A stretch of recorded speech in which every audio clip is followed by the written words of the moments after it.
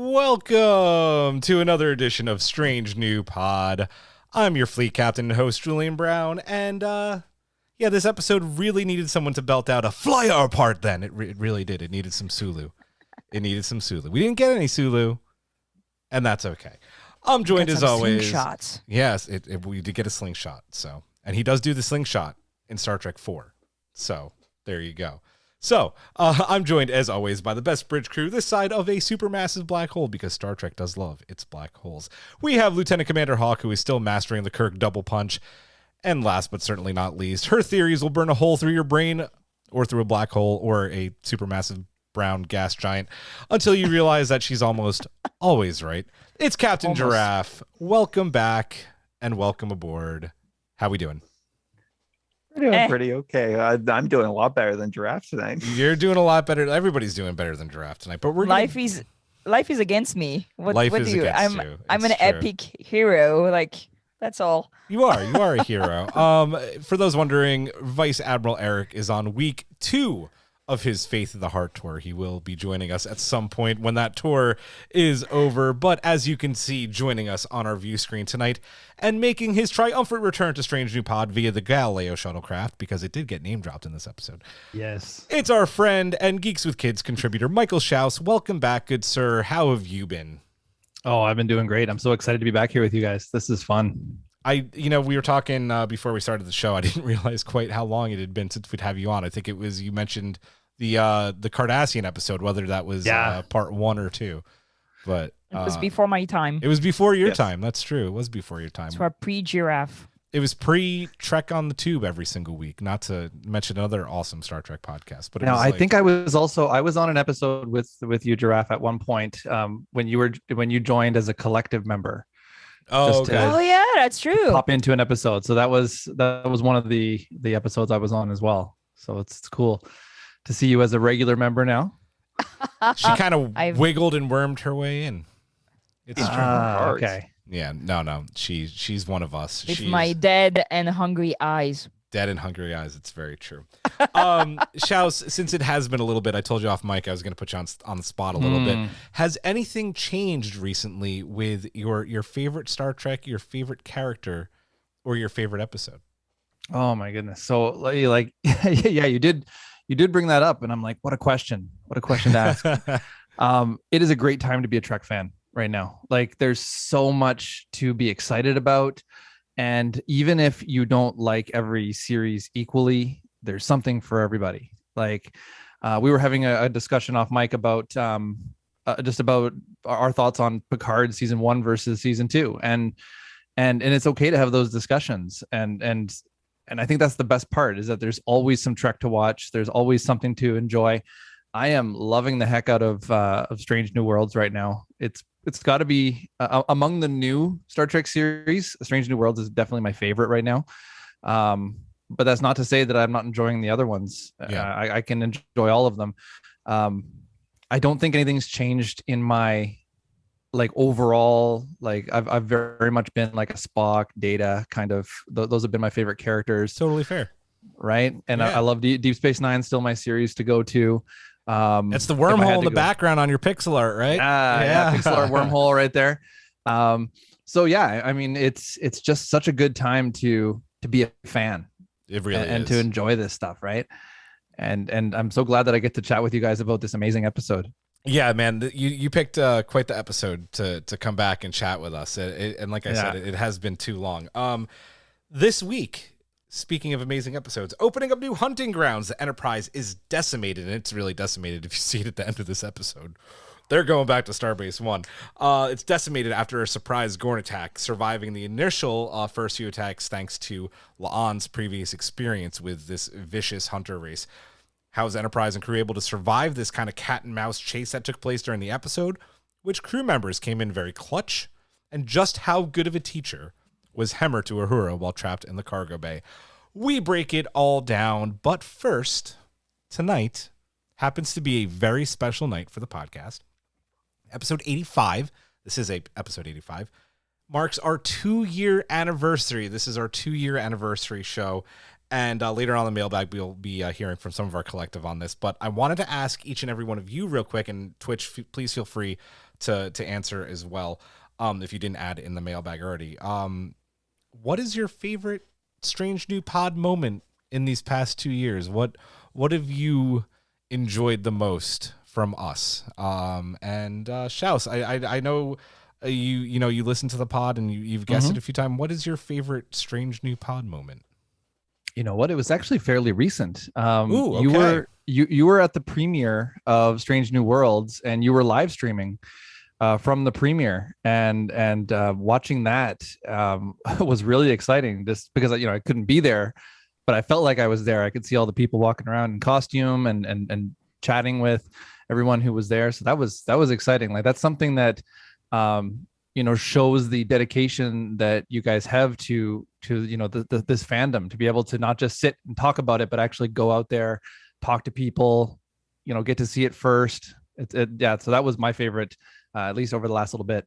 Oh, that's awesome. Thank you, man. That's really cool. It was fun being there. It was fun live streaming it. It was fun talking to people about it. Just a super good time. So, let's see who's next. We'll go Seniority Hawk. Your favorite Strange New Pod moment? Oh, there's been so many. I can't believe it's been 2 years already.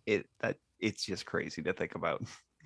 But the one that probably sticks out the most is when we did the table read for Captain Photon. I can't remember. I was hoping someone would say that. That was a lot of fun. Yeah, that really was so much fun. Just like having to divvy up like so many characters between each of us and jump back and forth between voices. It's good times. Next time you guys do a table read, let me know. I'd be happy to join you guys for that. It's just coming soon. It's coming very soon. If you'd like to do it with us, you are more than welcome. We're going to be doing Magic to Make the Sanest Man Go Mad from Discovery. It's the Harry Mudd episode. Oh, nice. Okay, that sounds like fun. Yeah, it'll be good. You are welcome. So it's announced. It's done. Schaus is joining us for that table read. It's going to be great. Giraffe, your favorite Strange New Pod moment? Like on the pod or pod associated moment? Pod associated moment. It could be on the pod. It could be off the pod. It could be things that we shoot the shit about in the chat. It could be anything. Yeah. So I think one of the moment I will always remember is when we arrived in Chicago and we were sitting and drinking a beer. I was just telling Schaus about this. Yeah. And this person comes in and was like, I was not sure it was you, but I heard Giraffe laugh and I knew it was you. And I listened to the pod and we're like, who are you? That's how we met Chris. And like somebody just recognizing my laugh was one of the insanest moments I've ever had at a con. And yeah, just meeting all the crew one by one everywhere in different part of the States was kind of insane too. So yeah, passing this whole pandemic together too. Yeah. I have many important moments, but yeah, most probably meeting listeners and friends and people I've met on the Discord live in Chicago was the best. Oh, that's a great choice. I like it. That was a very interesting moment where we were sitting there getting drunk. It's like, oh, Strange New Pod. I'm gonna read some of these on Twitch here. So Butch LePew, Colin writes, I've only been around since November, so it has to be Picard Week for me. Picard Week was a lot of fun.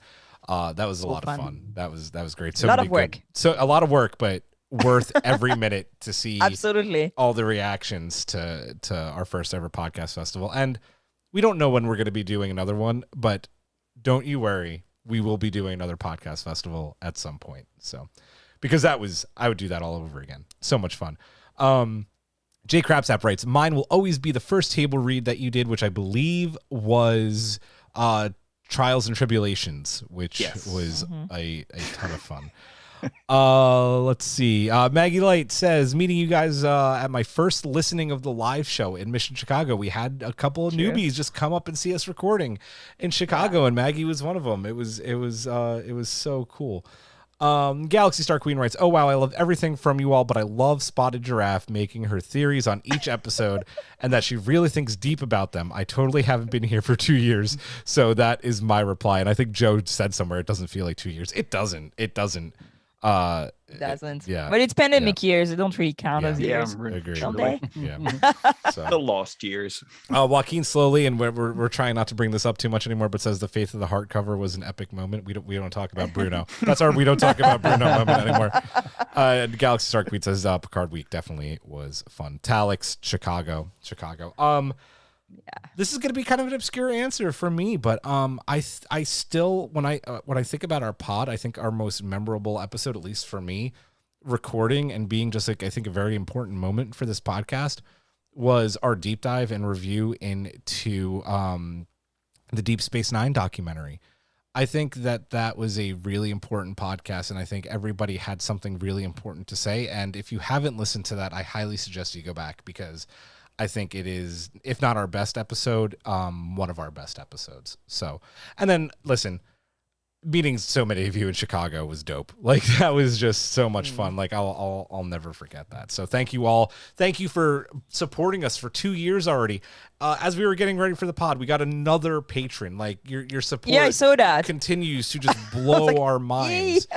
It's absolutely amazing. So speaking of our patrons, before we get into our Memento Mori review, you know what? I'm going to do it because I never do it anymore. And I want to say your beautiful names. We have to thank our patron collective at the Ready Room level above. So thank you so much to Simon Staker, Jeff Reeve, Mariah Gossett, Magmag, Jen Stein, Tina Alexander, Joe Saporito, Noe Santos, Kang Hui, Haven, Takako Nagumo, Kara Kennedy, Mark, Fernando Nogales, SMK, Ian Davies, Amy Grace, Laura Linderman.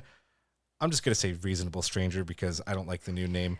Colin Davidson, Susie, Jesse Desmond, Alan Davis, Shatterhand 2049, Jessco, MC Frodis, Maggie, Michael Graham, Alex Miller, Emily and Travis, Marianne Roth, and our newest collective members. There's 3 of you, Cassie, Raul, and Summer. I can't read my own handwriting. I'm so sorry. I'm going to pull it up. Summer. I think it's Summer Galaxy. Ritchie. Summer Ritchie. Is that Galaxy? I That might think be it Galaxy. is. Galaxy, let us know if that's you, and welcome to the Patron Collective. Thank you so much for supporting our awesome little pod. And if you need to be reminded, tonight, directly following the pod, is our monthly patron happy hour for members at the Ready Room level and above. Cerritos level? I'm sorry. Cerritos level. You are correct. Cerritos level. I was inviting everybody. We've established I'm queen of the patrons now, so... Oh, it is Galaxy Star. Welcome, Galaxy Star, to the Patron Collective. Yes, it is. You are correct, Draft. Taking my job very seriously. You are taking your job very seriously. But with that all being said, it's time to get down to business. It is our review of Memento Mori, and as you guys saw last week, we're changing up the format of the show a little bit. We're trying a few things differently. We're trying it a little bit differently this week as well, and we're going to keep doing it until we like what we get. So it is our review. We're going to go in an order here. It's going to go Schaus, Draft, Hawk, and then me. Let's talk about the Gorn, because this episode brings back the Gorn in the coolest fucking way possible. It is just like, oh, and you don't even see them. Them. Obviously the last time that we did see them, right? We watched the episode in our Discord last night, and it was something. We did watch Arena, and we know the cheese that comes with that episode, and there's a whole lot of cheese. How do we feel about the way they've kind of been reimagined now in Strange New Worlds, the way they hunt their ships, and also, and I know people are already saying it in the chat, the decision not to actually see them? Schaus, we'll start with you. I think they've done this a few times in Star Trek, and I've kind of been okay with it, where they go back into to adjust the canon a little bit so that they can say we can put in a species into a show that maybe haven't been explored yet. I'm thinking, for example, in Enterprise, where they had the Borg appear on Earth in the Arctic there. That episode. And then Enterprise again, when they had the Romulans hunting. Romulan mines. Yeah, with the mines. That's and actually a really good episode of Enterprise. Yeah. So Reed almost dies. Yep. It's very good.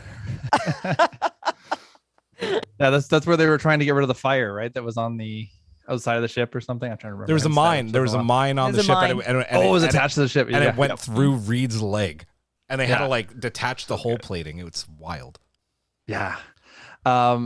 I think it's fine. I think the way that the show has done a lot of its evolution of sort of what you've come to expect from like original series concepts, I think has been done in such a loving way that if they're going to go ahead and add a character like the Gorn, what they're going to do is they're going to do it with respect to the characters, with respect to the species, and they're just going to pad it out a bit. They're going to give us more. We know so little about the Gorn anyway, that this is an opportunity for us to find out, okay, they are a species like the Herosian that are hunters, right? And so that's fine. Like let's learn more about the species. Let's figure like how they communicate with each other through flashing lights and stuff. Interesting, right? So I think they've done a pretty good job with this. And I know I've seen some stuff online. People were mad about they're not supposed to know about the Gorn yet, and this happens in Star Trek all the time. Shut up. Right? It's Star Trek. Have you watched this? Have you watched that show? It makes no sense. Yeah. I love that you brought up the Herosian. Great example, because the minute they kind of like reimagined them for this series, I was like, ooh, this is very Herosian, except maybe like even a little bit more scary than the Herosian. So great example. Yeah. Dreff. Yes. I want to say that technically, the last time we saw the Gorns was in Lower Decks. Gorn Thank wedding, you, the what? chat. So I love, see their dead eyes, by the way. Dead eyes. Look at, Disco ball eyes. yeah. What was the question about the Gorn? How happy I was? I was super happy. The way they've been reimagined, the way they hunt their ships, the decision not to actually see them. Yeah. So when like Lahan at the end of the cold intro is like, it's the Gorn, I was like, ah! I literally have like the Funko Gorn just like by my TV. He's just like here, like poking its head like behind the TV. I loved it, and I think I'm very happy that we didn't see them. Yeah, me too. Because it's just so much. It's so much more scary and unsettling, not knowing what you're fighting. And it's a little bit like the Romulans again, like these people that they never saw and they don't know what they're about. This episode just blew my mind. I love it so much. The ships look super cool. I want to know why they spin like this. Is this like in the Expanse, like to have gravity? Giraffe, you missed it off mic. We were talking Expanse for like 15 minutes. So you I was dealing with my car trying to kill me and stuff. But yeah, I love the fact that we don't see them because it's an episode that is supposed to be unsettling and scary, and just seeing them would take away from this. You have to live through long knowledge of the Gorn, kinda, and just like the way she's absolutely terrified by them just makes your imagination go wild. So I was super happy to use the Gorn this way. The ships look super cool. The noise when the kid is like, I was like, ah! It gives me bad scary. goosebumps. It gives me really bad goosebumps. Absolutely so scary. And I love when Star Trek does horror. Yeah. And I think it was, yes, it's a submarine episode, but it's kind of a good horror episode too. Like when they're on the planet and you see all that blood everywhere and you're like, but the dog is okay. The dog is okay. Gorns do not. Everybody is asking, did the dog get rescued at the end? And I'm gonna say, I think they left that poor dog. I think they had to do an emergency evacuation of them. Yeah, and I see when Lani's like, they're animals, we're prey, and they're like, no, they didn't kill the dog, woman. There's still something good. We're getting killed all the kids. Yeah. Go ahead, Chess. What were you gonna say? I was just gonna say it kind of reminded me of Aliens. Yes. Right? Like when they arrived and they found Newt, and she's the only one that saw the aliens, and she was terrified, and they were trying to talk her through it, and everything is like, you don't see the aliens in that movie until like halfway through, or if not further, right? Yeah. So it, like, just to build on sort of what Giraffe was saying, they take a lot of ideas from a lot of different sci-fi. Yeah, they really worked really well. Yeah. Hawk, I'm going to let you go in a second. I know it's getting a little bit ahead in the show, but I do want to read Galaxy Star's comment because it's very good. I know I know that I'll be ahead by a few yards, and I felt bad for Hemmer. The poor guy got a broken hand, and then at the very end of the episode, somehow goes through the process of not getting sucked out of space with a broken hand on the slingshot, then tries to use a thing with the back of his hand. But I was really happy to see him with Uhura again, and the moment of suspense after the EV suit part, then she says that they're still here. I literally lost it. That is a great moment. We're going to talk about that Hemmer and Uhura kinship in a little bit, but yeah, that was Hemmer had it rough in this episode. He had it rough. Hawk, your thoughts on the Gorn, the reimagining, the hunting, the ships, just the not seeing them. So first up, best episode of the series yet, which is saying a lot considering how good the episodes have been so far. Second, the Gorn are back, baby, and I thought it was a great decision not to show them in that because okay, we're dealing with the TOS original concept of the Gorn, and that which is basically a slow moving guy in a rubber suit, and that. Oh, that poor guy in that suit in the whole Hobby Desert. Oh my God, that must have been the worst day of his life. Our last live interaction on a live series with the Gorn was Enterprise, obviously, and that. And I missed terrible. the Gorn episode. I have no idea about the Gorn and Enterprise. Into the mirror darkly. I don't remember right being at the end of the part. series. Okay, At the second part, Second part, and it was all CG. Yeah. It was really bad CG. It was terrible. I erased so much of Enterprise from my brain. So yeah, I know those are good episodes, but still. Yeah. Good episodes, but at the same time, you're dealing with television CGI back from early 2000s, and that, with a budget that was probably getting hacked to death by the end of that run of the series. True. So the fact that they decided not to show us was super clever because it really does leave it open, the possibility of it further down the line in this series and that to make some sort of reveal of them. I hope so, at least. But the way they reimagine them, technologically sophisticated to have warp drive, and the like hunter-gatherer ships. Now, I love that whole concept where they have like a slow-moving one, and that is basically like a base ship and that, but those fast-moving ones that come in for the attack. The way the psychology of it, that it's like, oh, sorry. What did you do, Hawk? What happening? You guys still hear me? We could hear you, but You're not sounds coming like through you're your coming through your microphone anymore. computer. Hello. You have a laptop in a case somewhere. The Gorn got to Hawk. He's in the water. It's a submarine transmission. It is a submarine episode. Oh, by the way, do they have like they're asking like Brick is asking in the chat, and that's a very good. Do they have like a cloaking device, a holographic device? They didn't say much about this. That like Holographic, that I dope. think. Yeah, he did mention That looks super holographic. Yeah. Dope. Yeah, I want to see more. Yeah. All right, Hawk is back. Yeah. But the way they went into the whole psychology of them, we brought up the Herosians and that, obviously, but those guys were trophy hunters, right? True. Mm-hmm. Yeah. The Gorn just operate on hunger alone, which is really primal and terrifying in that. And the way they talk about how humans interact and react, it's the way we react to lizards and other reptiles, not just out of like a pure base instinct and fear, Yeah. I also thought with the way they when they saw the blood all over and everything and that, my first thought was that old Firefly episode where they introduced the Reavers. Oh, dude, just real quick, because that's such a great point, and I want to read MC's comment, and then you can go off on that. The way the reimagine them really explains why Kirk doesn't know about the Gorn, right? They're basically the Reavers from Firefly, subspace boogeymen. So go off on that. You don't say to people, hey, you know what? There's a wool species with like badass ship. They're just there to eat your face. This is the only thing to do. Like, you don't tell that to people. Like, fuck space exploration. I'm gonna stay home. You imagine?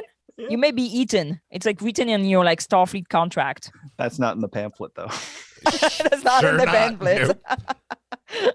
But then they also talked about how the Gorn were taking the humans to feed them to their hatchlings, the hatchlings, to feed them to hatchlings, and that made me think Breeding of planets. Did you guys ever see Stargate Atlantis? Oh, I love Stargate Atlantis. Yeah, absolutely. No, right. With, so, what's the name of those species? The Wraith. The Wraith. The Wraith. Yeah, because the Wraith would do that. They would cull the humans to use them as food, as livestock. Yep. Mm-hmm.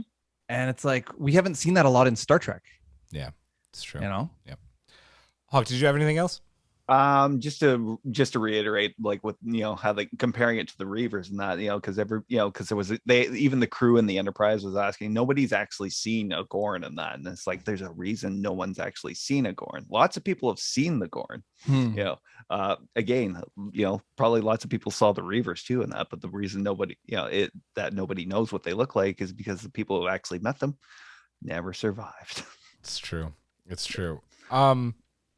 For me, man, do I love everything they did with the Gorn in this episode, the way they filmed it, the way that you never see them. It is just such a cool way to bring back a character that was like, literally we went from laughing our asses off on Discord last night to being absolutely terrified in this episode. Like, you really wonder, I mean, listen, like, at the end of the day, the Enterprise is going to survive, but like in this episode, you're definitely wondering who's going to make it out of this. Like, we know that some of these characters aren't on the Enterprise when Kirk's take over. Who's going to live and who's going to die? Like, this is the episode where people might not have made it, and it makes you think about that. And the Gorn are the perfect boogeyman. And they're also the perfect bad guy to do like a submarine episode like this, right? Where you never really say, oh, well, it's the Russians, but you never see the Russian submarine, right?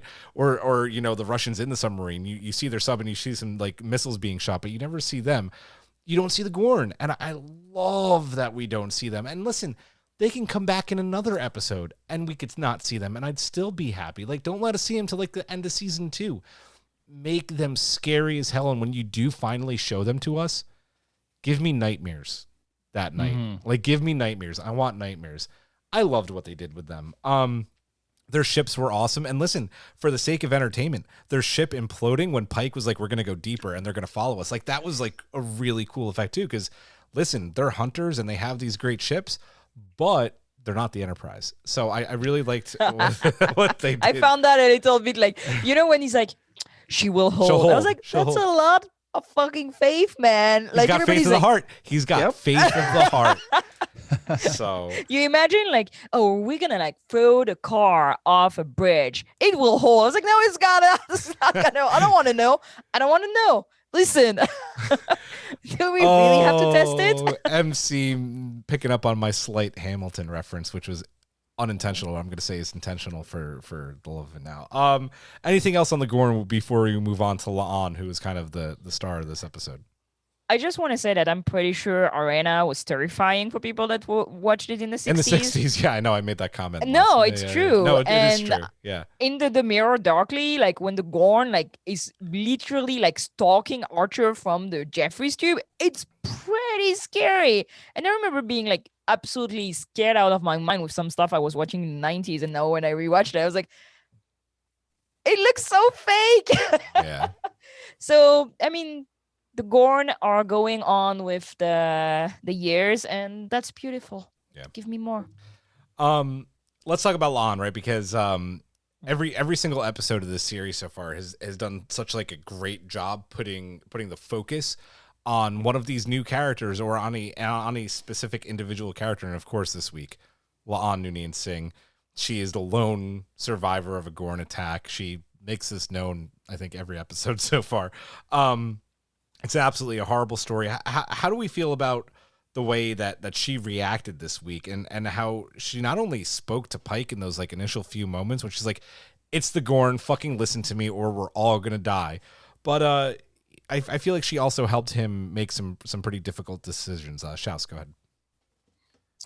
Yeah. So this is where I'm going to sort of throw in one of my minor gripes with this episode. And I mean, it has nothing to do with the characters themselves, but it almost just seemed a little bit artificial that La'an had to be thrown into that first in command or the number one position. Mm-hmm. And I'm wondering, maybe you guys can tell me if it's a continuity issue or if maybe I just misunderstood Una's abilities. But in the previous episode, we see that she's genetically enhanced and she survived this radiation coming off the warp core and everything like that. But I just pictured her when she was lying on the bed in sick bay that she was going to, glow red and heal herself and then go back to the bridge. Sorry. Right.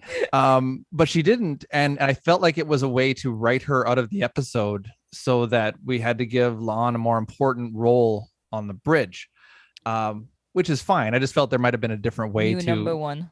Yeah. I did love the character. You may be vaccinated, but if I punch a hole in your gut, you're Yeah. gonna lie on That's the what bed. I was gonna say, right? Like if you have stuff pierce you and hit some organs, I don't know how much your genetic engine. Like if you watch the end of Rathacon 2 after the Enterprise is like put a few photon torpedoes through the thing, like Khan is pretty fucked up. So I'm gonna leave it to like her innards got punctured, and that's a good reason enough. Yeah, Pretty much, you just have to say like if she wasn't Illyrian, she would probably be dead. Yeah. Okay. Yeah. Okay. Like so, okay, that works. That works for me then. I will take that.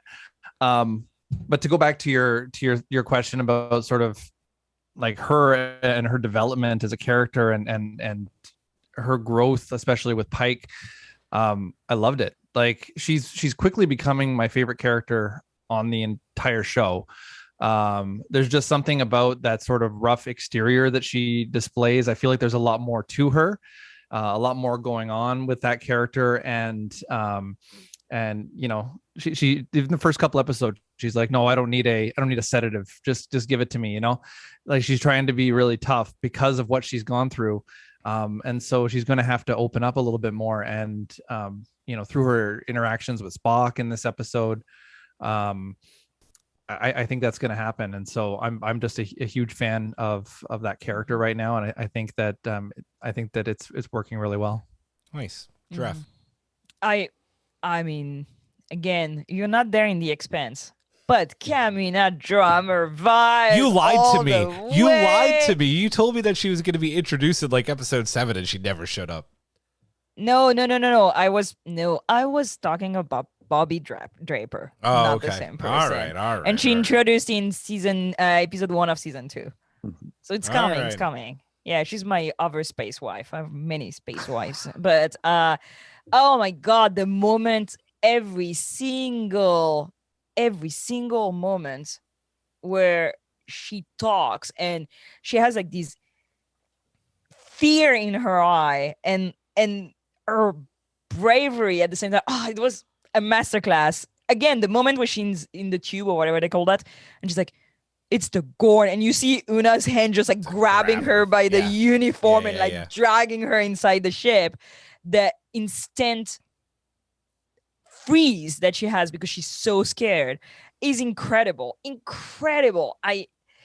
Her brother is so fucking creepy, by the way. Like when he's just like smiling. Yeah. Hello there. Smiling. Like, come play with us, Danny. And she sees him like everywhere, and I'm like, what is happening in this episode? What is this? Like, that's a real ghost story, right? Not that, you know, compared to last week. But the way to that Pike is not undermining her fear is very good. Because usually when you're terrified about something, there's always a smartass to tell you, but there's a solution, breathe deep, I'm sure it's gonna. No. She saved your butt first episode by saying like, raise the shield now. So the second time when she's like, raise the shield, you raise the shield. He didn't even question it. He didn't even look. He was just like, red alert, like, shields up. Yeah. And when she comes in and she's trying to explain that they're basically animals. You cannot reason with them. And I like the fact that Pike is still like, listen, there's always a way. And we know there's always a way, right? Yeah. But she's so scared at the moment that she actually saved their whole life. Incredible. I love her. And I want to read MC's comment. I found it interesting that they had this episode take place at Starfleet Remembrance Day because they conveyed that if you deny your grief, you're defined by it. So, yeah. I don't know. Is she defined by her grief? Well, if she denies it, I think she is a little bit, right? Because she has to keep bringing it up as she's done the past few episodes. Maybe she moves on from it a little bit now. I read it as the title of the episode, Memento Mori, which is I'm gonna go a little bit Latin here, but what is interesting is that it's like remember as an imperative, like, you know, you have to remember, and Mori is actually present tense, which means it's not remember you will die, is remember you are dying.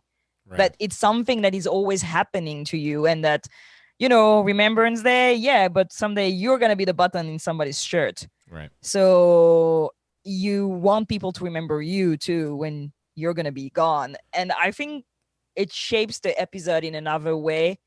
It's not only remembering about people before you, it's how you're gonna be remembered too. Yeah. And remembering that you may be eaten by a Gorn at any moment. Right. Fair. If not for Lan. Yeah. Huck. Oh, I hate to throw out another movie reference, but I got to on this one. She had a full-on Robert Shaw Quint moment from Jaws in this when she was talking about the Gorn. We're gonna need a bigger ship. The thing about a Gorn is he's got lifeless eyes, black eyes, like a dog's eyes. I want to know what the hell is going on. Yeah, I don't know if she is defined by this, but it is so much a part of her psyche and that what happened to her and that. And it's like, thank God, that she was there and that, because like she went full on into whole psychology of like the enemy that they were fighting and that. And it's like, you could see Pike just feeding off of that every moment and that, he didn't tut, this is, it's okay. Everything's going to be fine. It's like, give me more and that. It's like, I need this, because like he developed his whole strategy around this episode off of everything that she was giving him.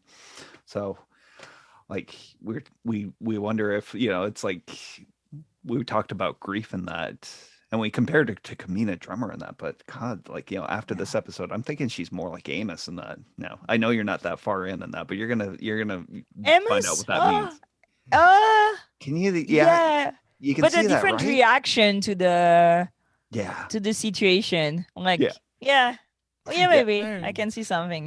Yeah, that thing about not feeling fear anymore and that. She had like a little PTSD moment in that, but like, she's terrified the whole episode. You can see it. She is 100%. Yeah. And yet she still goes out there, she goes out there in the Galileo and that, and she, the Galileo. And she even though like, listen, like the Enterprise could be crushed any second, she still is like improving herself, right? Like, because Pike has that whole speech with her, like, hey, you can be scared, but you still are out there being my number one, and you need to convey some hope, right? So I she was really good. Anything else? My crew member of the meet right now. There you go. I'm gonna go off a little bit about what I was just saying real quick. Like my biggest takeaway from this episode with La'an is her interactions with Pike. Like at the beginning of the episode when she comes onto the bridge in fear and just yells at him, right? And is like, it's the Gorn. And you know what? Some captains wouldn't take that. They'd be like, get in place. Get in place, Lieutenant, or speak down to them. Pike is such a captain's captain, right? Like a crew captain. He understands their feelings, so in touch with everything that's going around him. He could have put her in her place, but he doesn't. He lets her have that moment. He's said it to her a couple of times. He's read her file. He knows what she's going through. So he lets her calm down, and she knows that she screwed up a little bit, and she goes, "It's the Gorn, sir." And then you move on, and every single moment that they had in this episode was so good. From Ortega's like wanting to fire when Spock does that genius thing with creating radar, which is one of the coolest fucking moments of this episode. And Ortega just wants to fire, and Pike, without saying a word, just looks at La'an like, hey, and she's like, hold her steady, Lieutenant, hold her steady.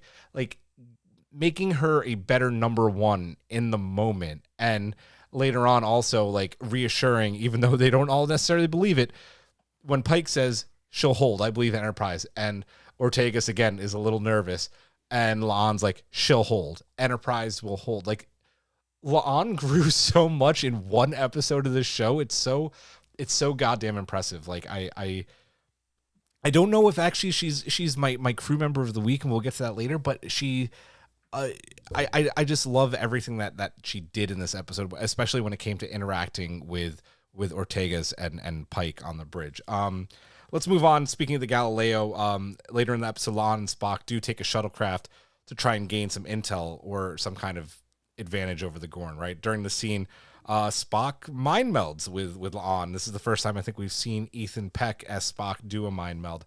And we get to see the pain that she went through, including her brother, who Giraffe has said is creepy as hell, sacrificing himself to the Gorn so she could survive. What do we think about this moment in the episode, and that La'an also got kind of a brief glimpse into Spock's trauma as well. Schaus.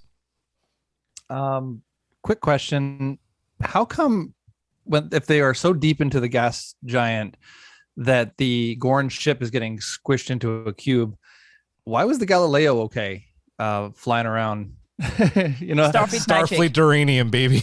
Starfleet plutonium, right? Because you hear the Enterprise going right, and then they're just like, oh yeah, we'll take a shuttle, don't worry about it, and that bugged me a little bit. But the scene itself, especially with the mind meld, I really like Ethan Peck's Spock a lot. I think that he's he has that great balance between the logical and the human side. I thought that the mind meld was excellent. I thought that it was really cool to show that the way of looking at it as they're reliving the moment. Spock is there in the moment with her. I agree 100%. That brother was really creepy. Creepy brother. Right. But it also brought back this idea that when you're mind melding, it's not a one-way street, right? It's sort of like the stuff with Picard when he was having his mind meld with Sarek in the Next Generation, and he was able to form that connection with him because they were sharing memories. And I thought it was interesting that she got that glimpse of Spock and sort of what he was experiencing and what he experienced with Michael, right? When he lost his sister. So, it was, I thought it was a great part of the episode. I just had some issue with why the shuttle would be okay in that particular space. Yeah. I don't know. Like, what did you guys think of that they had the subplot where somehow the brother had figured out their language through, and it's Morse code. Yeah, it's Morse code that aligns perfectly with the alphabet, and then they were able to use that to and they know their language. Yeah, like, I mean, so as a linguist, I always beyond pissed by the fact that they're like, I figure out the alphabet so I know the language. I was like, no, you can know Latin alphabet and don't know how to write Turkish or English or French or Italian or German. It's like, it has nothing to do. And she's like, oh, I have the alphabet, so now I send them a message that there are human on board of their ship. And they're like, it works. I was like, oh, you speak Gorn now, girl? Like, that's like, what is this? Maybe Uhura. If Uhura was there, she might have been able to figure that out, right? I would have bought this, but like, doop. I speak Gorn. Yeah, I didn't like it at all. And can I do on the second rant that I was like a little bit like removed, but the fact that she tells Spock, can't you ever speak plain English? I was like, nobody's speaking English here. You have universal translators. It's proven in Discovery. Everybody's speaking something else. And then Spock goes again, speaking in plain English. You're speaking Vulcan. Get out of here. Like, I didn't like the fact. I don't like the fact when they just plainly say actually that everybody's speaking English. That's bullshit. It's the Federation. They're like people from all over the place. They should be speaking standard at best, or their own language. And that would track with Discovery, It's after Discovery. They should have even better universal translators. Yeah. So I didn't like the language, whatever thingy that was going on in that episode. But that's me. I hope other people were pissed about it. Mm-hmm. No, I'm gonna talk about it in like a second. I'll let Hawk go first. They could have fixed that whole scene with just a simple dialogue change in that one, and when she should have asked him in layman's terms, not in English. Yeah. Yep. Shaz, did you have anything else? No, that's it for me. Draft, did you have anything else on this? Yeah, I want to speak about the Galileo. First of all, I was so happy because I think the Galileo 7 is like one of my favorite episodes. I like it. So when they're like, take the Galileo, and it's ginormous, and it tracks because the Galileo is ginormous. They're huge. The shuttles are huge. Yeah. They're like 15 people inside. You're like, oh, it's a mini plane. And that moment with the mind melt when I recognized the sentence right away. It's the last sentence in Such Sweet Sorrow between Michael and Spock, and it was so beautifully played. It's so subtle, but you see that he's like holding everything in to not break. And like I want to know more about how they're dealing with the disappearance of Discovery. It's Yeah, always like I agree. little things, but it's again a masterclass in acting. Ethan Peck was incredible in this episode. Incredible. From being annoyed on the bridge, from being scared on the bridge, from being done with everything on the bridge. I know this is the bridge moment, but I absolutely love that moment when Pike is like, "That's a good point, Mr. Spock. We do need to go deeper." And he's like, "That is not what I said, Captain." It's like, is everybody crazy? Oh my God, I You- love that. Did Yeah. you all lose your Yeah. mind? And Yeah. I know the mind mail, like I think it was you, Julian, saying like the mind mail was like kind of weird in the episode, but I think it was a nice way to actually see Yeah. the flashback from Lon and that they share this connection, because everybody was losing their mind at the the trailers being like, oh, Spock and Lan, like, where is he mind meld? Like, wait, that makes sense. And they have something to share now. Yeah. You know? Nice. Hawk. Yeah, now I'm starting to really doubt this scene and that after listening to those points. Not how did that kid learn the language? How did he survive long enough to learn a language among the Gorn? Of clicks. Of clicks. Clicks. But it Clicks was of all things. it was a light pattern, right? It was, yeah. Yeah, I think that's the So impression if they I got as a communicate kid with like studied the fire, if they have like little laser pointers that they click with, Yeah. I don't know And in Discovery in the 32nd century, they have no idea of like how species communication by 10C dots, works, right? tons Yeah. of light, and I'm like, Star Trek. Yeah. even still, it was great. And Galileo, nice. Yeah, we finally got the answer from the preview in that. It's like Leon, Spock actually warning her in that this can be really dangerous. That, and she's like, the answer's in there somewhere in that. Please do it. And that's how we got our answer. And it was great. And it's especially when she turned it around on him and that, and she's like, you lost somebody too. And the fact that she read his file apparently, because like, there's no recording stuff. It's like, yes. girl, what do you like? No. She's chief security officer. Yeah, I would she's read security everybody's chief. file too. So Oh yeah, she would definitely have checked out everybody on that crew and that. Yeah. But you see how That- quickly Spock was like, we need to end this now. Like as Suspect. soon as the interviews and I'm over. out. And that's my cue. Thank you very much. Out. I love their interaction. I love the memory in that, but I think there's probably still more in there to explore. So I hope they really explore that in the future. And that I wonder if Spock is actually going to end up like kind of helping her in the future. In that, I think so. with some of this, because like I said, she's just someone who's just kind of,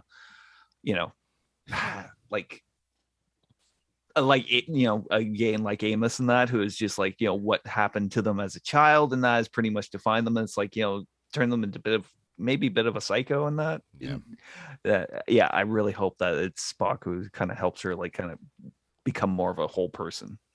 All that for 15 years later be noonien-singh, never heard. Never Right. heard. Yep. I do not know these people. How many times have Doesn't we ring said a it bell. already though, Giraffe? Spock lies his ass off. It's Spock is not a snitch. Spock He's is like not a snitch. R2D2. He knows nobody. Anakin, what? Nah, never heard. Never heard. Smells like a hot dog. What?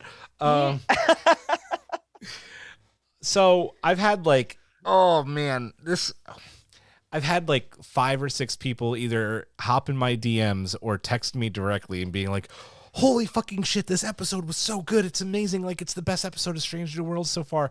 And every single time I let out a because this episode is this close to perfection. And to a conversation I had weeks ago with Eric after he watched this, and he said that this episode is on par with Battlestar Galactica's 33. I have to dispute that because of this specific moment of the episode. Going in the shuttlecraft and them doing the mind meld, which I'm fine doing the mind meld if it's on board the Enterprise and making it work somewhere there.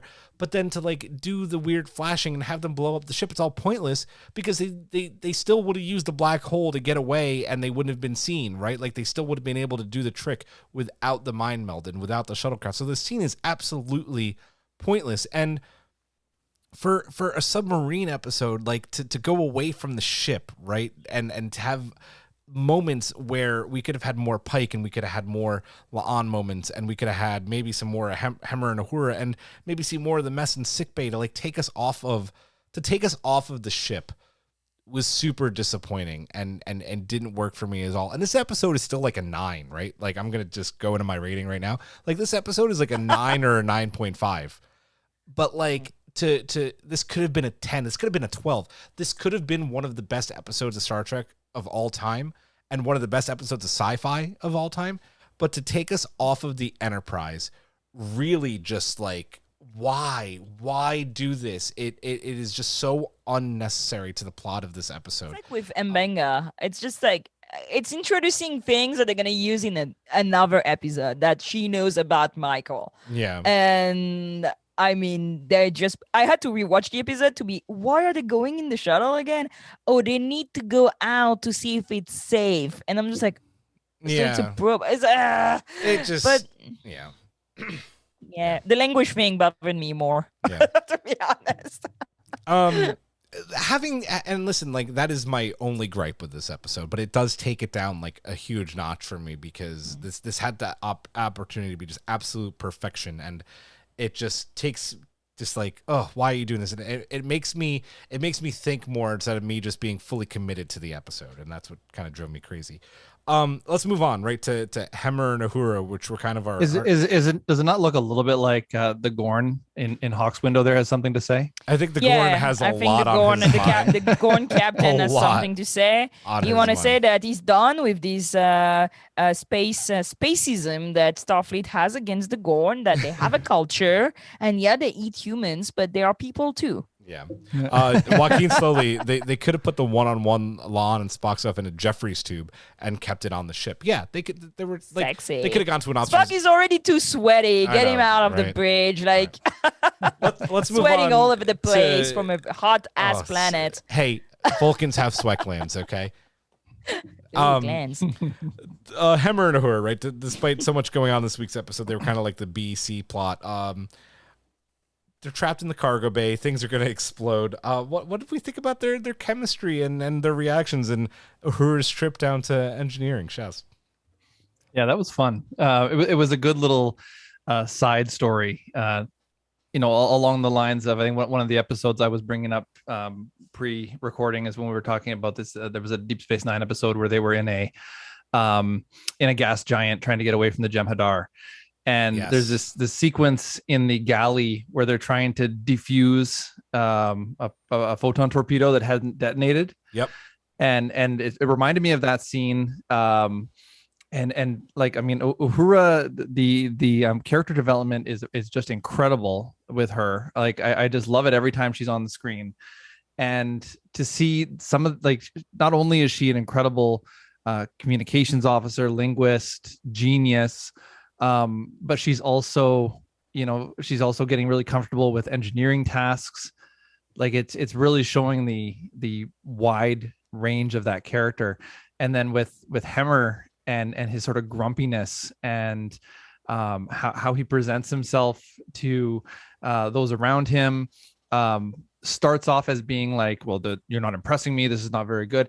And then we get this sort of sweet moment where he's talking about what pacifism is and what it means to him and how he and why he decided to be involved with the Federation and how his life has a purpose and all of that kind of stuff. And it just I felt like it worked really well as a break between all of the tension that was going on, even though it was a tense moment as well. They didn't want this thing to explode, although it needed to for the plot.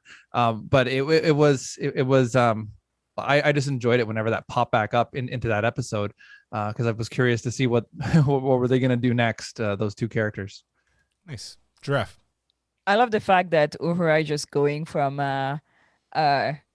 job to job throughout the ship, because you just have her like a different. She's a lower decker. Everything. She's a lower decker. Right? She's a lower decker. I mean, good thing there are no holodeck on the Enterprise at that time, because you know what happens to lower deckers in it when they have to clean the holodecks, right? But you've seen this meme of like the bridge of the Enterprise, and it's all the bridge, and then there's only Uhura, and like it's the bridge of the Enterprise at 99% efficiency. Yeah. And basically it's that she's gonna nail like every single whole thing. And I like the fact that Hammer is like, cadets, they don't know anything. She's like, wait a minute, Yeah, she keeps I know by proving him heart the wrong. thing. And it's like, I'm just like being here, being, humble, but you want me to tell you the thing? I'm going to tell you the things. I love this. And then you see her as very young, like as a, 20-year-old kid who's like, and a win for Uhura. And I was like, it's so cute. And at the same time, it gives such a sweet and naive background to the character. Yeah. Because if you think about it, she's like, I've never heard a ship like make that sound. Like, girl, you've never been on an other ship. You're gonna hear a lot, and you're gonna be here for 40 years. So it's kind of nostalgic, kinda, and the nostalgia of something that we didn't know existed is super interesting. She's so smart. I'm gonna speak only about Uhura, but Hammer is great too. That's why I've been hired, so that's what I'm doing. And I know that when they're like, oh, we're gonna vent the thing, and everybody's like, oh, are they dead? I was like, I know she's not dead. We all know they're not dead. Like, for me, it was a duh. Hey, Hammer could have died. Dead. Hammer could have died. No, there's too many posters of him everywhere. They advertised him too much. I know he's not gonna die. So yeah, for me, that was the thing. I didn't know. I knew they were gonna be fine, so I was not like really scared by the thing. And there's something I wanted to say about Lan, but I totally forgot. But I'll go back after. Go. I'm just gonna read Joaquin slowly comment here. I love Hemmer's description of pacifism as protecting all life, not passivity. I love that whole moment between him and Uhura. Beautiful. And what I really love about Hemmer is that we know a lot of what he's doing in this episode at the beginning and like through the middle of talking her through everything, is that it's like so much tough love, because he says in the second episode, I like her. Like, he wants to see her succeed, right? So it's a little bit of that tough love, like kind of joke and grandpa thing that he's doing. And, we know that Hemmer's like Odo. He's just kind of grumpy by nature, right? Like, that's going to be how he's going to be. And I love the fact he likes flowers. Yeah, he was like, I wanted to do botany. Yeah. So cute, too. Well, I love the line, the line where he says that... and I just had a brain fart. I forgot what I was going to say. You guys go ahead. That's okay. I'll come back to it. Oh, that's okay. I really liked too, like his experience to her kind of naivete, right? Like she's just like a young cadet, and every win that she has is like a big deal. And he's just like, oh, I've done that 1,000 times. Not that he says that, right? But he's like, oh, it's not a big deal. I remember what. Yeah, go ahead. Sorry, go. I was just gonna say, I remember the line that I was gonna like. He says that his purpose is to fix what is broken. Right. And I thought that was a really cool way of putting it, because it's not just about fixing the ship, but he was fixing. He's trying to help as a teacher, and Uhura even mentions that. She's like, you're a pretty good teacher as well, and you inspire. Yeah. Right. So it's pretty cool. mean, the frustration of having a broken hand and letting the person that doesn't know anything do the thing. A saint. Yeah. Because he could have tried with the other hand, but he didn't. Yep. It's true. He just let her do all the work. That's fine. Yeah. That's fine. Let's talk about this episode a little bit more in depth, kind of give like some final thoughts, because this episode is also very much a Pike episode. It's an Enterprise episode. Like, Enterprise is featured heavily. She's a handsome lady. She is a handsome lady. I'd love to get my hands on her ample nacelles, if you pardon the engineering terms. That's what Scotty says in Star Trek 09. It's also, this episode is no doubt just a 100% loving tribute to great submarine films out there, like U-571, Hunt for Red October, Crimson Tide. You name them, they're in this episode. And it has so much to love. Like, Pike has to make difficult choices as captain, right? But he is that captain, as we said, right? That is fully in tune with his ship and knows the Enterprise's limits. It's also just, not just a tribute to these great submarine movies, but like great episodes of Trek, like Balance of Terror, which is considered one of the greatest episodes of Star Trek of all time. Overall, final thoughts, anything that we may have missed on Memento Mori? Schaus, go ahead. Yeah, like it reaches back into so much Trek. Like I mentioned that episode of Deep Space Nine, where they're in the gas giant. You can think Wrath of Khan, where they go into the nebula. You know, there's so many different parts of Trek where they do that. You know, let's try to hide out here. Let's see if we can outmaneuver. It wasn't just about who has the strongest ship. It was about, you know, who was the most clever. and because Pike was so willing to trust La'an and her experiences and her judgment on this species, that he was able to get the Enterprise out, and I thought that was fantastic. I was you know, it was a little bit sad seeing that it was this the first episode of this season where we actually see like crew members of the ship dying? Yeah, 7 crew and 3 civilians. Yeah, 7 crew. Yeah. So we had those crew members dying. I felt that the whole thing with transporter Chief Kyle and that blue shirt, the blue shirt, that sacrificed himself for him. I thought that was like, it was obviously a sad moment. I don't know why that they needed to sort of smile at each other earlier in the episode. It felt like, were you trying to imply that there was a relationship between those two characters? Okay, yeah. And then later on they run into each other and he sacrifices himself. I just feel like there wasn't enough development there for that to be really an issue. But the idea that you know, Pike acknowledged that there were casualties and people had died, and he wanted to make sure that no one else died as part of his log. And I thought that was another sort of powerful part of those types of episodes where, you know, the ship is falling apart. You're just trying to do anything you can do to survive, and people are going to die, but you try the best you can to outsmart and keep people alive. I loved this episode. I really, really enjoyed it. Draft. Yeah. So, you know, one of my favorite episodes is Balance of Terror. And this was such a Balance of Terror episode. Great even tribute. If I knew, just a great tribute. Even if I knew they were gonna be fine, I was like on the edge of my seat. The tension, the music, like when you're like, oh, something is going to happen. It incredible. The thing we didn't speak about a little bit is about medbay and like everybody.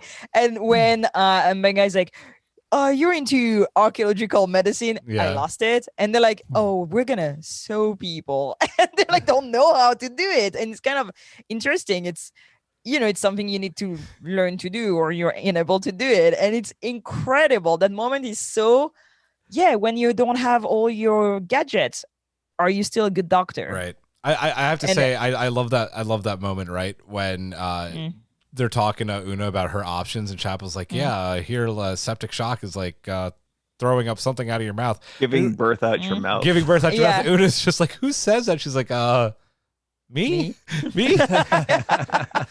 And by the way, again, my mom is a nurse. It's stuff that nurse absolutely say. And you're like, why do you say that? I'm the one in the, it's like, it's going to be fine.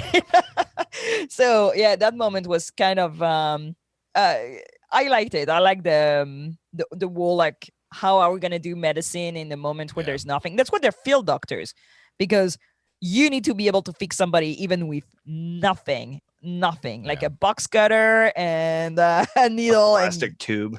Yeah, exactly. And I wanted to say something about La'an that I saw when I rewatched the episode. You kind of see there's something non-human about her. There's something off, like, right? There's something absolutely off with her.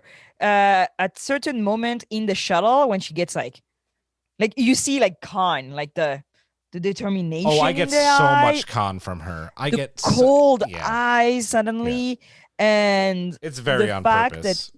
And I think it's the first episode where you see there's something, and the fact that she's able to read Spock, I wonder if it's not something like that too. Because he's not giving off this. She pushed in and actually was able to see something that he didn't want her to see. So that's the first episode where I'm like, oh, there's going to be something up with her. Yeah. She's absolutely an augment. There's something up with her. But incredible episode. I was very sad for the blue shirt, but I was very happy that Kyle survived because I was very stressed. I didn't want him to die. We knew he wasn't going to die either, right?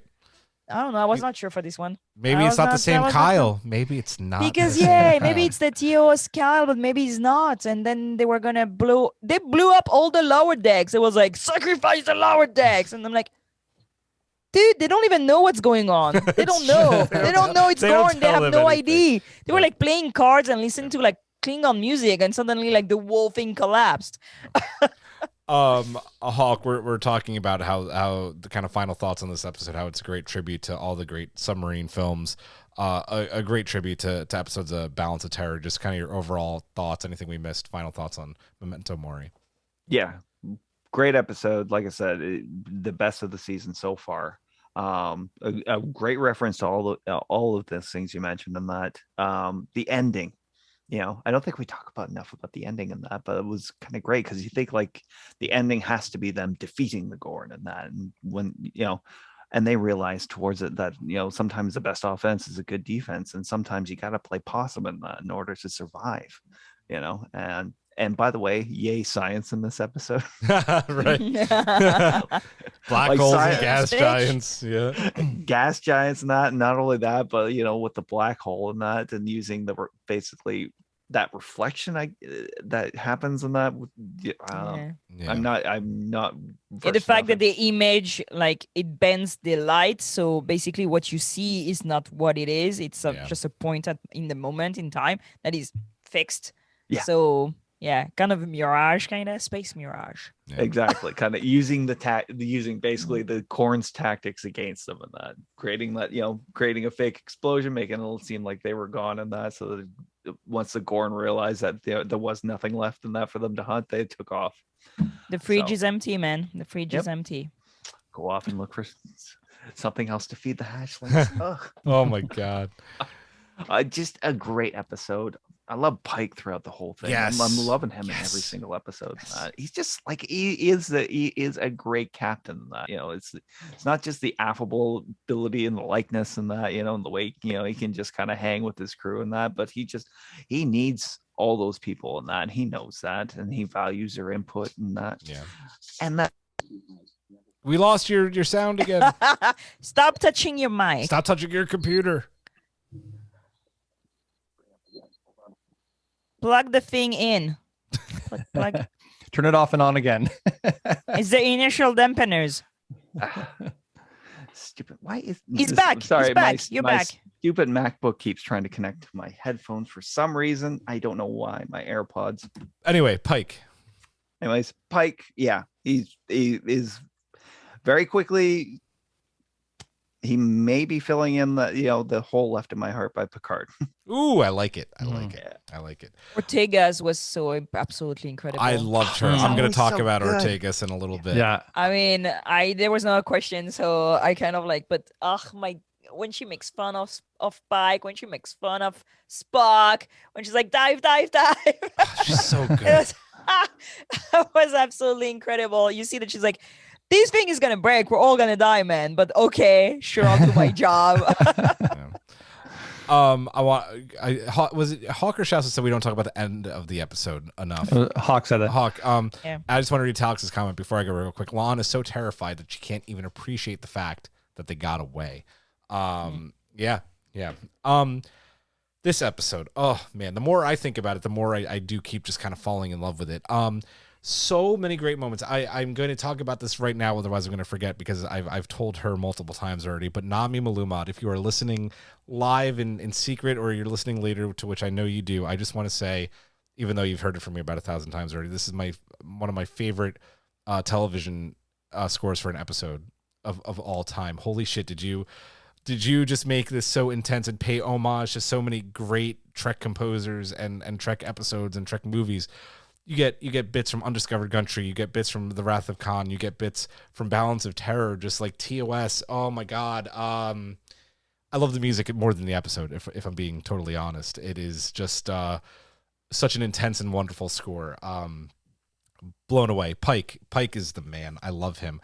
I love Ortegas. I love so much of the submarine stuff that has to do with. I'm a submarine movie freak, which is why I keep bringing it up. When they drop the torpedo instead of launching it right out of a submarine movie, man, it's such a cool shot.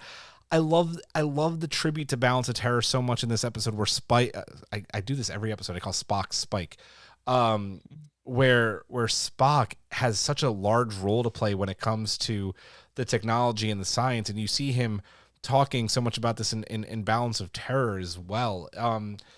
It's so good. The lighting, the sounds of the hull crunching in on the ship. I could go on for hours about the tributes that this episode plays. Ortegas, man, she cracks me the fuck up.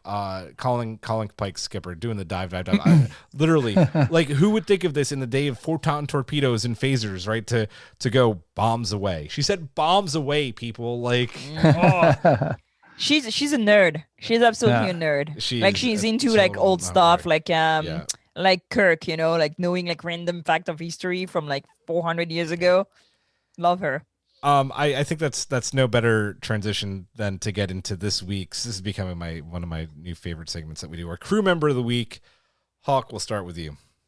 Oh, it's got to be Leon this episode, and that, how about right place, right time. Mm-hmm. Yeah. Her insights were fantastic.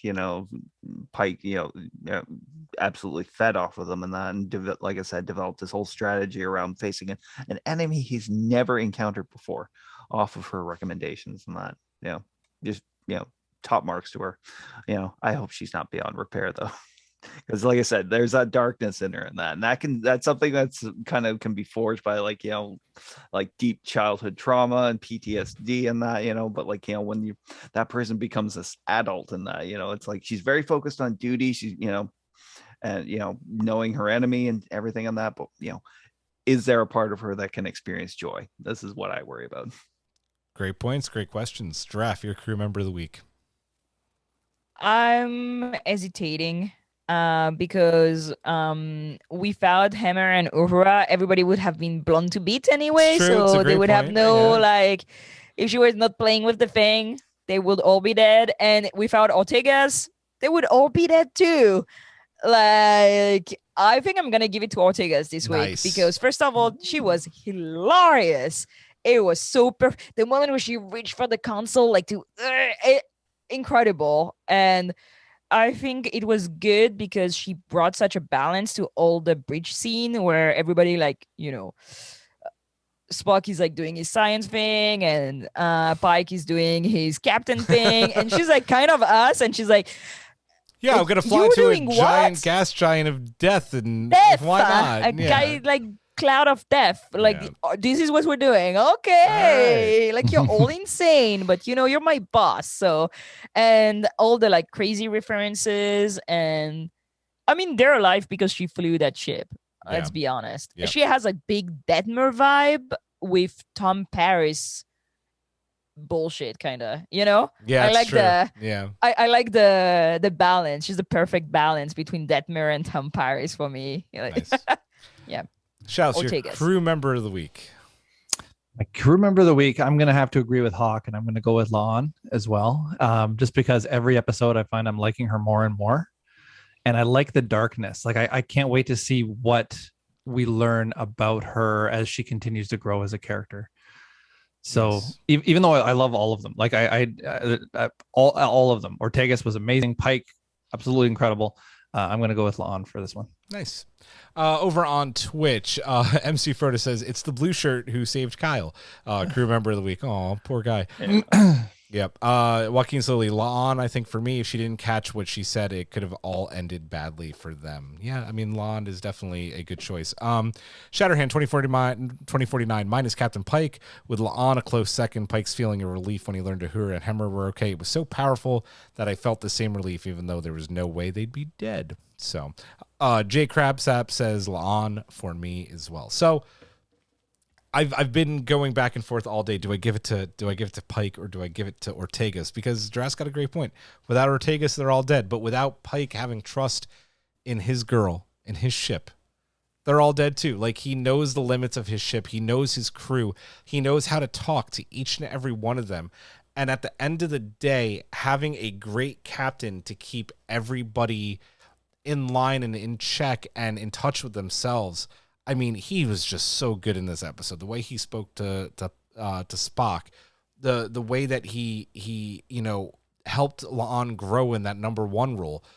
That little side eye he gives Ortega's when she's talking about how they're all gonna die going in the gas giant. Like, it's great. The fact that he talks about possums, snakes, and I forget the other animal, but man, the dude is such a great captain. Like Hawk was saying earlier, like he's there's a reason I started this podcast, and Captain Pike is one of them. He's my captain. He's my favorite captain, proving that even more in this series. So it's Pike for me with a close second with Ortega's. Another new segment, Schaus, you get to do this week, and it's not a 0 anymore, but now I have 3 question marks. It is our red shirt counter. You're my new chief. Go put on a red shirt. So do we think, Schaus, that red shirts died, or any of those 7 crew members red shirts? Probably. Yes. Right? Yes. The lower deckers. We saw a blue shirt They're definitely just die. red shirts. Yeah. They were symbolically red shirts. Do we want to make it a symbolic number? Do we make it a 1? Do we make it a 2? Do we make it a 3? Many blue shirts died in US, by the way, just like FYI. So they count as red shirt if they just discarded and have no name. Fair. Schaus, I like that. Give me a number. Give me a random number from those 7, and that's what we'll call the red shirt counter. Can I say 7? Oof. I'm gonna do it. The red shirt counter is now at 7. That's brutal. Well, no. So of the 7 dead, one of them is the blue shirt, so it has to be 6. Yeah, but he's a no-name guy. He's I still like wearing a blue shirt. But I still count them as red shirts. All right, it's 7. All right, 7 red shirts. Yeah. I like that idea that the red shirt is more of an idea rather than an actual physical shirt. Yeah, and MC says the same thing. Aren't they all spiritually red shirts? Yes, they are. So the red shirt counter is at 7. Holy moly, that went up quick. Wow. Oh boy. I think we're gonna skip the Spock sideburn meter this week because they were perfectly normal sideburns. Nothing was wrong with them. Looked okay. Let's get right to our rating out of 10 photon torpedoes. We'll go in the same order from the beginning. Schaus, your rating of this week's episode. I'm gonna go 9.5. Nice. Giraffe. I'm gonna go 10. Incredible episode. Nice. Awesome. Incredible. Hawk. 10. It's got to be a 10. Best episode so far. Looking forward to next week. Nice. On Twitch, Joaquin Silly, 9 out of 10 gasps, anticipating and incubating Gorn, baby to alien style burst from refugee's chest before the theme song. Yes. I like that. I like Make that a it lot. so. Yeah. Imagine. Oh, there were 3 civilians that died, and we don't count them. We as don't count red them as shirts, red see? shirts. They were civilians. Yeah. So Actually, Yep. yeah. Galaxy Star Queen gives it a 9.7. Maggie Light gives it a 9. MC Furtis gives it a 9.5. I am going to take a full point off for the bogus shuttlecraft scene. I will give this a 9 out of 10. It is so close to perfection, but just misses the mark. Shatterhand 2049, 10 out of 10. With that, let us move to the subspace to poll and mailbag. Shipwide, Cadet Uhura. Aye, sir. And Schaus, you're our guest. We'll let you do the poll this week. We asked Trek Twitter what they thought of Memento Mori, and what did they have to say in the poll this week? Okay, so 78% said it was Gorn-tastic. 12% said bombs away. 6% stuck in a black hole, and 4% all stop. Who didn't like this I know, episode? who wouldn't that like much? this episode? I mean, Who are the these last time I 4%? did that was like for an episode of Picard, I think, where I was like, no, absolutely not. And that's all. I like Yum Yum Pa's rating. No Sam Kirk, 0 out of 10. I feel like no True. Sam Kirk, but really no Sam Kirk's mustache. Could we not even get like a glimpse of the mustache? Sam Kirk is absolutely in the med bay, by the way. Yeah, He he's definitely totally one of got, the like, people knocked the fuck out. Yeah. Well, Every episode he's gonna get knocked out. yeah. We're gonna go. We'll keep going in order here with draft. If you could take Joe's, and I'll read real quick. I'll say real quick that the mailbag was a little special this week. We asked you could rate and give your kind of opinion on the episode, as well as share with us one of your favorite moments from Strange New Pod. So draft, if you could read Joe's. Absolutely. Joe wrote, this podcast helped me so much during the pandemic. I love you all so much, from everyone that hosts the podcast to everyone in the collective. We have the best Discord I have ever been part of. P.S. The table reads are some of the funnest thing I've ever seen. One is coming soon. Yes. One is coming soon, and Schaus is going to be on it. Yeah. Oh, can you take Havens, please? So Haven wrote, "This was an impossible test. One could say a Kobayashi Maru, but I have to give to all of our special guests.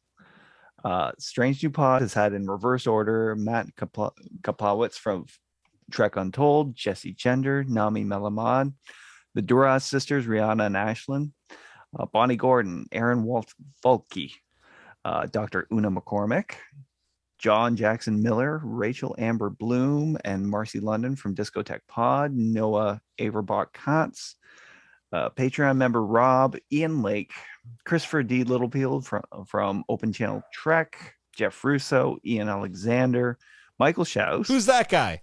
Hey, that handsome devil. And Matt Reppert. And finally, Mariah Gossip from Star Trek Discovery Pod. SMP could not be here celebrating 2 years without all of you. Thanks you for coming to Strange New Pod, and I hope the list of guest stars continues to grow. Oh, So do we. that's And awesome. David from the Promotion. Yeah, Yeah. David did not make yeah, Haven's list, but David was on there as well. And we have to say that pretty much every podcast that took part in Captain Picard week was a Absolutely. guest. So. Yeah. It's been, we've had great people come and take part in our little pod. MCs, while this episode focused on La'an, I think this is the first ensemble piece of the show. I would agree with that, by the way. And they pulled it off beautifully. Everything seemed to fit together with the Gorn. La'an passed in this concept of remembrance tying to the loss of discovery. My favorite memory of the pod is being able to hang out with so many of the collective at Mission Chicago. It was that which turned the show from a frequent listen to an absolute must every week. Thank you, MC. And I have to say that I met MC on another Discord server that she created and dragged her to her ours, and now she's a friend. I'm seeing her on Sunday. So love see? it. It's amazing. Love it. SMP connecting people. Hell yeah. Schaus, can you take Shatterhand's mailbag, please? Okay, so Shatterhand wrote, Memento Mori could easily fit into my personal list of the top 10 best Star Trek episodes ever. It was tense, suspenseful, exciting, and inspiring.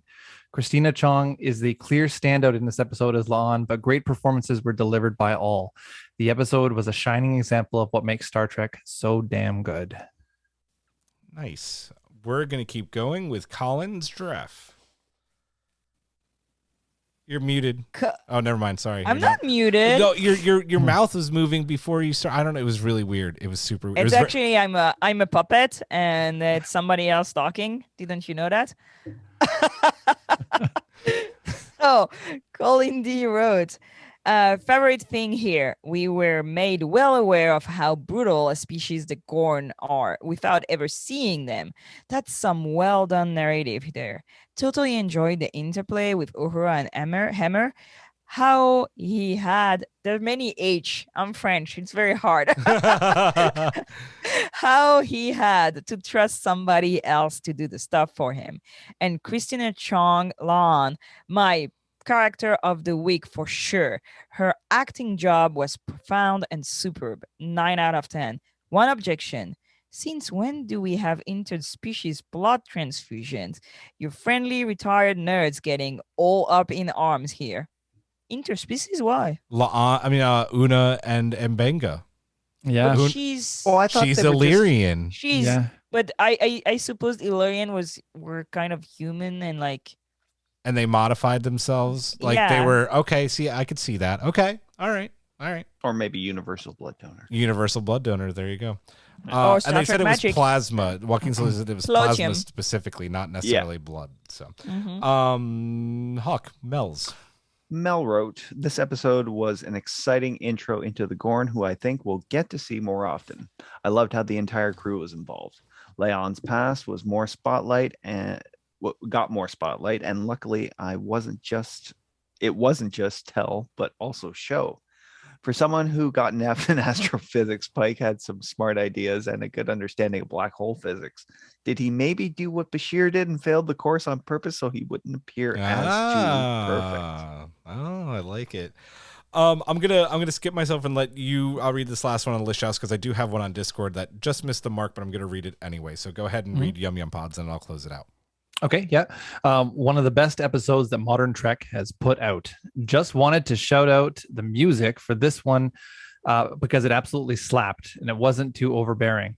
The big issue we have with this is something that is littering a lot of media currently, which is they don't need to undercut things with a joke or a quip. This is a major problem that is prevalent in shows and films currently, and it popped up here, and all I could think of was that the episode which this reminded us of, Balance of Terror, didn't need a series of jokes. Outside of this, it was a very solid episode that mixes the styles of old and new Trek together to create a wonderful episode. Nice. Good stuff. Jesco came a little bit over the mark, but I'm going to read it anyway because I happened to catch it before we started. Jesco wrote on our Discord, she says, "It's been a pleasure being part of this community, and thank you for welcoming me. And for my favorite moment, it was really special seeing this collective become a family in Chicago." And it really did. And that's such a beautiful comment, Jesco. Thank you for giving that comment to us.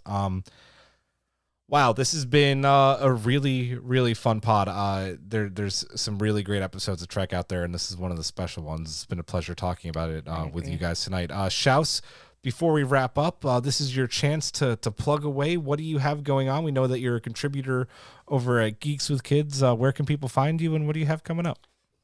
Over at Geeks with Kids, I do the podcast with them from time to time. I'm also going to be doing a music podcast called The Zero Check. I don't think it's online right now, but hopefully it'll be up shortly. And when it is, that should be posted on my social media, which I think is right below me there on the Twitch. Just out there on the net, just trying to watch some Star Trek and talk to people and just having fun. Love it. Like I said, it's been a pleasure having you, and now we're excited. Thank you so much. We're gonna have you on the table read. That's gonna be a hell of a good time. Oh, that's gonna be so much fun. I just love hanging out with you guys. We love hanging whenever out you guys have an open chair, I'm happy to pop in and talk some Trek. Though I will need to talk to you about like the date and stuff, so I'll be in your DMs. There you go. Giraffe is gonna to hop into your DMs. Okay. I'm just gonna read this last comment before we sign off because it's super sweet. This is one of the best Trek pods and communities around, and I appreciate all that y'all do so much. So thank you. Guys, that's gonna do it for this week's episode. Happy celebration. Go ahead, Giraffe. I'm gonna be at Celebration this weekend in Anaheim. So if you're there, come say hi. I'll be dressed as a Star Trek Night Sister or something, and just come say hi. Dig it. I dig it. And I can't wait to see your tattoo. Tattoos. Oh, guys, that's going to do it. Join us if you are a Cerritos Lounge member directly following this. Not directly. Let's say 11:30. Let us get our shit together after the pod. For our monthly happy hour, the link is on Patreon and should be in your inboxes as well. Can't wait to hang out with some of you guys after the pod, have some beers. I believe Giraffe has some trivia curated. So it's somewhere. I need to find somewhere. it because it's I did be it. Fun. I don't know where it is now. So for our amazing guest, Michael Schaus, for Giraffe, for Hawk, I am Julian. I will say live long and prosper, Maj Ram, and good night. 2 more years.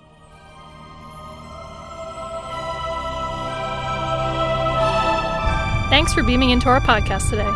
If you want to keep the hailing frequencies open, you can subscribe on Apple and Google Podcasts, YouTube, and Spotify.